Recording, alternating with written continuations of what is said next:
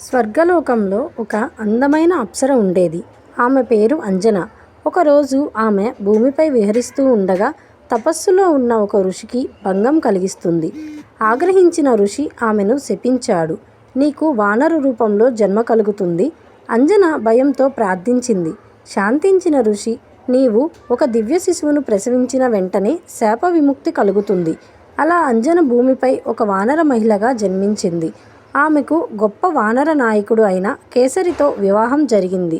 కానీ వారిద్దరికీ సంతాన ప్రాప్తి కలగలేదు. సంతానం కోసం అంజన అడవిలోకి వెళ్ళి గాఢమైన తపస్సు చేయడం ప్రారంభించింది. ఆమె భక్తిని చూసిన శివుడు ప్రత్యక్షమై ఆమెను కోరికను కోరుకోమన్నాడు.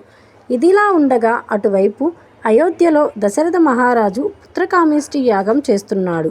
ఆ యాగంలో దేవతలు ప్రసాదంగా ఇచ్చిన పాయసం ఆయన తన భార్యలతో పంచుకున్నాడు. అలా రాముడు అతని సోదరులు జన్మించారు. ఈ సమయంలో దేవతలు ఒక ప్రత్యేక కర్తవ్యాన్ని వాయుదేవుడికి అప్పగించారు.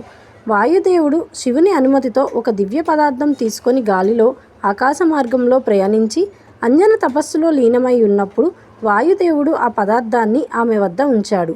ఆమె దాన్ని భక్తితో తీసుకుంది. అలా దివ్య బీజం ఆమె గర్భంలో ప్రవేశించి ఒక అద్భుత శిశువు అవతరించడానికి కారణమైంది. కొంతకాలానికి అంజనాదేవి శిశువును ప్రసవించింది. దేవతలు, ఋషులు ఆనందంలో ఉన్నారు. ఋషులు ధ్యానంలో అతని భవిష్యత్తును చూశారు.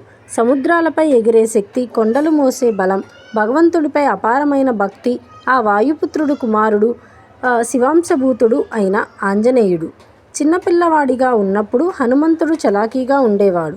ఒకరోజు ఆకాశంలో కాంతివంతంగా ప్రకాశించే సూర్యుడిని చూసి అది పండుగ భావించి ఎగిరి వెళ్ళిపోయాడు. దేవతలు భయంతో వణికిపోయారు. ఇంద్రుడు అతనిని వజ్రాయుధంతో గాయపరిచాడు. హనుమంతుడు భూమిపై పడ్డాడు. వాయుదేవుడు కోపంతో ప్రపంచమంతటికి గాలిని ఆపివేశాడు. అప్పుడు దేవతలు ప్రత్యక్షమై హనుమంతుడికి అనేక వరాలు ఇచ్చాడు. బ్రహ్మ నుండి శాప విముక్తి, శివుని నుండి బలజ్ఞానం, ఇంద్రుడి నుండి ఆయుధాలకు ఆజేయత, సూర్యుడి నుండి విద్య, వాయువుకి సమానమైన వేగం ఇలా హనుమంతుడికి ప్రసాదించారు. అప్పుడు హనుమంతుడు అపార బలం పొందాడు. అలా జన్మించిన ఆంజనేయుడు బజరంగబలి, వాయుపుత్రుడు, మారుతి అనే చాలా పేర్లతో భక్తులు ఆరాధిస్తారు.